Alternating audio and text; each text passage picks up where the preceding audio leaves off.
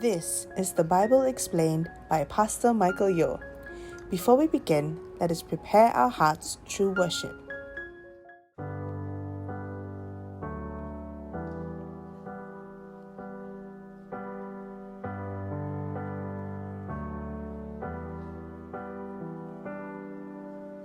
Grand earth has quaked before, moved by the sound of his voice, and seas that are shaken and stirred can be calmed and broken for my regard. And through it all, my eyes are on you. And through it all, it is well. And through it all, my eyes are on you. And it is well with me.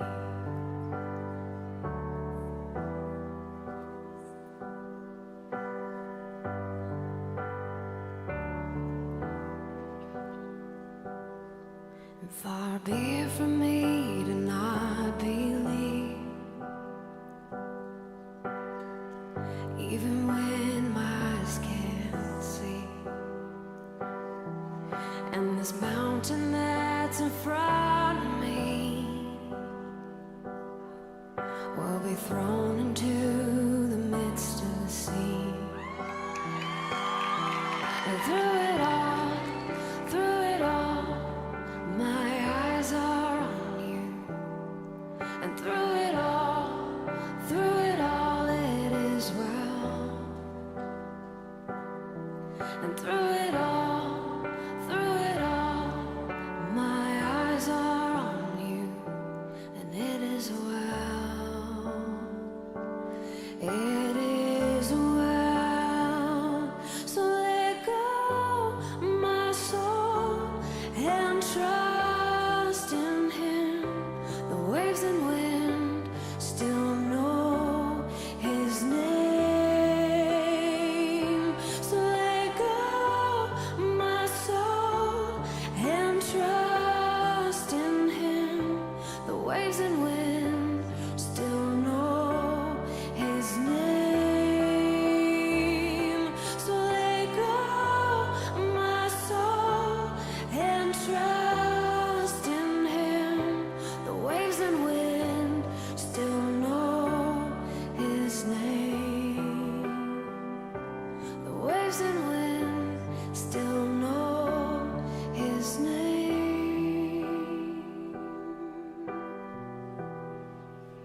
And it is well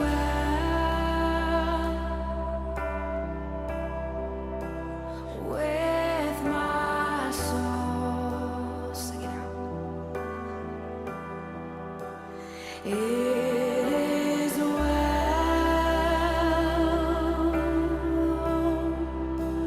with my soul. It is well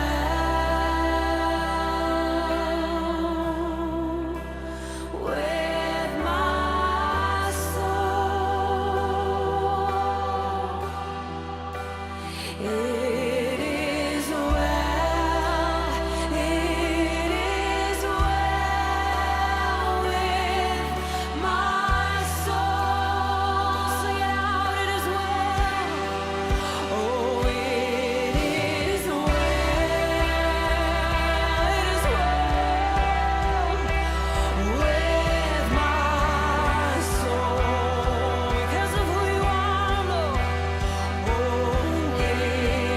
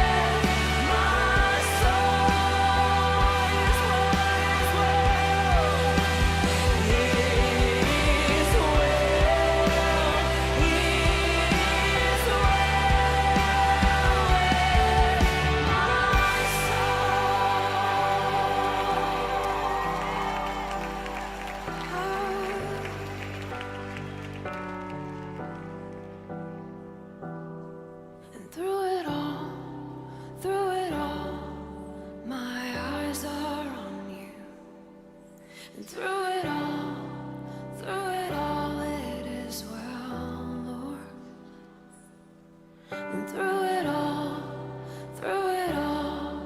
my eyes are on you, and it is well with me.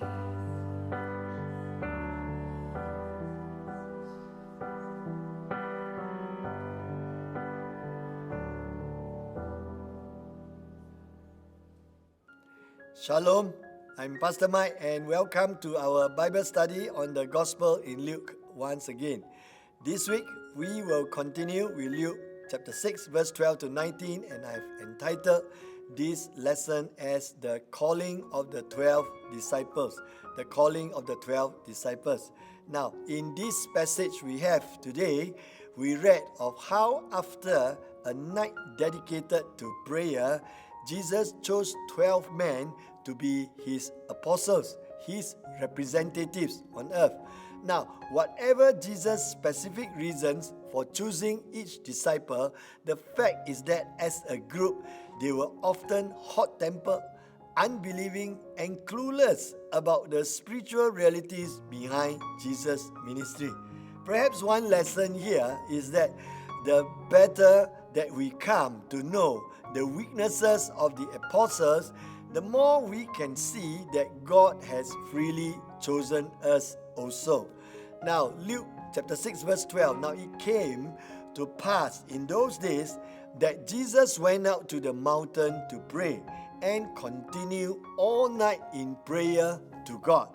Now the thing is this, Jesus knew that he would not be long on the earth, so the continuing task of spreading the good news of the kingdom would be entrusted to a group of human beings whom he must choose. Now, this was a daunting task and Jesus needed the Father's help. So Jesus went to a mountain to pray and he prayed to God all night. This was not a quick call for help while Jesus followed his instincts. Now, this was an intense conversation as Jesus sought his Father's guidance in this supremely important task. Now verse 13 says, "And when it was day, he called his disciples to himself, and from them he chose 12, whom he also named apostles." Now, a very important observation of what is happening here. Jesus did not take volunteers. He chose those whom God had directed him to choose. The choice of 12 men is highly symbolic as well. The number 12 corresponds to the 12 tribes of Israel, showing the continuity between the old religious system and the new one based on Jesus' message. Now, these men were the righteous remnant who would carry on the work the 12 tribes were chosen to do, to build the community of God. Now, the number 12 was just so symbolically important that when Judas Iscariot killed himself, another man was chosen to replace him. Now, the apostles formed Jesus' inner circle. He gave them intense training and sent them out with his own authority. Now, these were the men who started the Christian church. In the Gospels, these 12 men are usually called the disciples, but in the book of Acts, they are called the apostles. Now in verse 14 to 16, Simon, whom he also named Peter, and Andrew his brother, James and John, Philip and Bartholomew, Matthew and Thomas, James the son of Alphaeus, and Simon called the Zealot, Judas the son of James, and Judas Iscariot, who also became a traitor. Now the first name recorded here was Simon, whom Jesus also called Peter. Now he became one of three in Jesus' core group among the disciples, and he recognized that Jesus was the Messiah. Now, although Peter would deny ever knowing Jesus, Luke's Gospel alone has Jesus' prayer on behalf of Peter that his faith would not fail. The risen Christ made a special appearance to Peter. He would become a leader in the Jerusalem church, write 2 letters that appear in the Bible, 1st and 2nd Peter, and be crucified for his faith. Next was Andrew. Now, this Peter's brother, and he's also a fisherman. Andrew had been a disciple of John the Baptist, but had left John to follow Jesus, and then had brought his brother Simon to Jesus. Now next were James and John, who were again fishermen as well, and incidentally Peter and Andrew's partners as well. Peter, James and John later became Jesus' inner circle. Now James would become the first martyr for the Christian faith. And while John would write the Gospel of John, the letters of 1st, 2nd and 3rd John, and the book of Revelation, that's what he will be doing. Next is Philip, whom John also wrote about. Philip probably knew Andrew and Peter because they were from the same town, Bethsaida. Now, this is not the same Philip mentioned in Acts chapter 7. Philip then brought Bartholomew, also called Nathanael, as recorded in John 1 verse 45. Now Bartholomew was an honest man. Bartholomew at first rejected Jesus because Jesus was from Nazareth. But upon meeting Jesus, his attitude changed. So next is Matthew, also known as Levi. Now he had been a tax collector who had, at Jesus' call, had given up everything in order to follow him. And he would later write the Gospel of Matthew. And then we have Thomas, who is often remembered as Doubting Thomas because he doubted Jesus' resurrection. And Thomas loved Jesus and understood what Jesus' missions entailed. And then we have another James, who was called son of Alphaeus, to differentiate him from James, the son of Zebedee and brother of John. And we come to Simon the Zealot, who was probably not a member of the party of Zealots, for that political party was not identified as such until AD 68.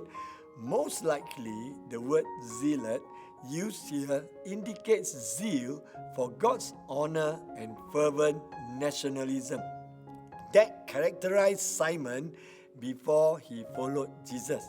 Now, most likely, it was an affectionate nickname. Rounding out the list is Judas Iscariot, with the footnote that he is the one who would later betray Jesus. Now, the name Iscariot is probably a compound word, meaning the man from Kerioth. Now, thus, in this point, Judas' hometown was Kerioth in southern Judea, making him the only one of the 12 who was not from Galilee. Now, it might seem strange that Jesus would spend an entire night in prayer to pick this group and then end up choosing Judas. Now, did Jesus make a mistake? Because the answer is no. The plan had been set in motion from the beginning of time, and this was part of the plan that would eventually come to its final conclusion in Judas' betrayal of Jesus and his own suicide. Now, Judas' betrayal fulfilled prophecy and helped to bring Jesus to the cross. There was no mistake in the choosing of Judas. That was the way of salvation.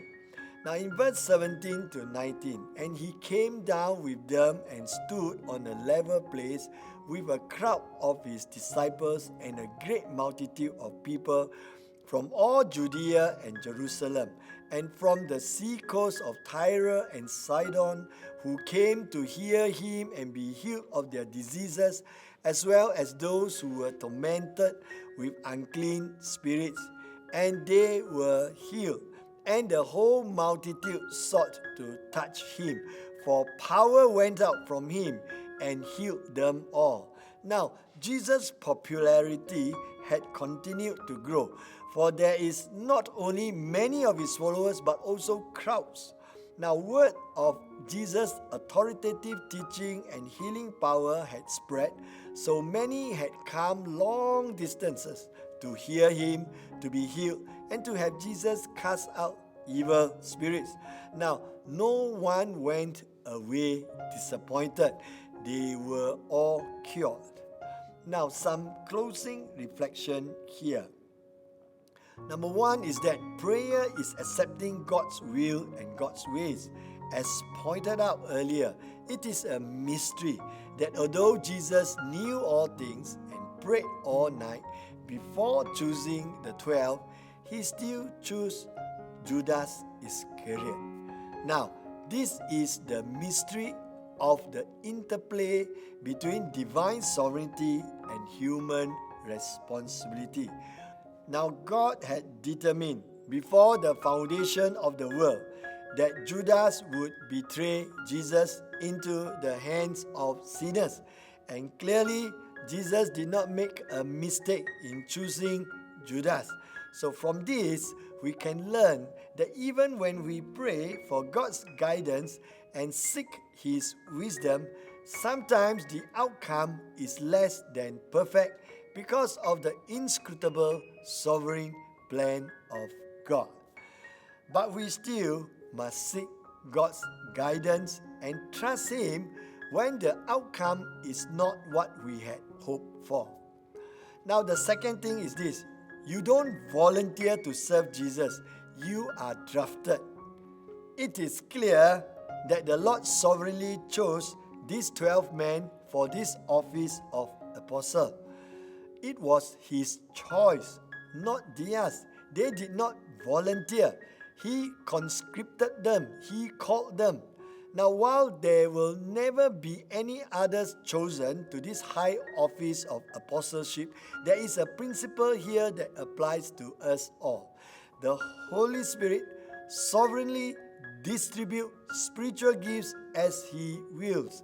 And this means that He has gifted and called every believer into a sphere of service in the body of Christ.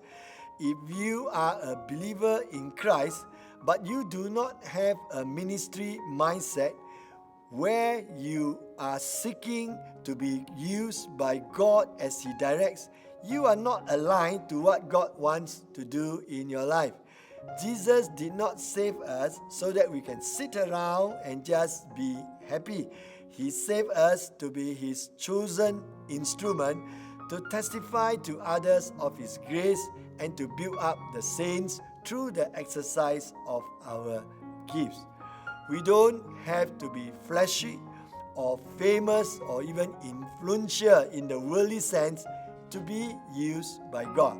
We all know about Peter, James, and John. But what do we know about James, the son of Alphaeus, Simon the Zealot, or Judas, the son of James? Not much, actually. Nothing, in fact. And yet, these men were a part of the 12 apostles who would sit on 12 thrones judging the tribes of Israel. Although they were not outwardly well known or influential as Peter was, they were faithful men who served according to their giftings and obedience to God's call. And that's what God requires of you and me. If you have trusted in Him as Savior and Lord, He has appointed you to serve in His cause.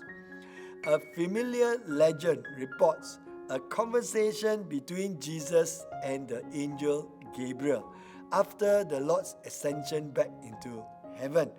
Now they talk about what had happened down here, of Christ's birth, his life, his ministry, his death, and his resurrection. Then Gabriel asked, and how will the people of the world get to know about all of this? Now Christ's reply was this: well, I have a little company of friends there whom I have asked to publish this story. Now Gabriel asked, but what if for any reason your plan fails and they let you down and they fail to do it? Do you have a plan B? Which Christ replied, I have no other plan. I have no plan B. Now the point is this: we as believers are Jesus' only strategy to evangelize this world. Let us continue to be faithful, work hard, and trust God in sharing the good news of Jesus Christ to our friends and to our loved ones. Let us pray. Thank you, Lord Jesus, for all the lessons that we can learn from you as we consider your calling of the 12 disciples.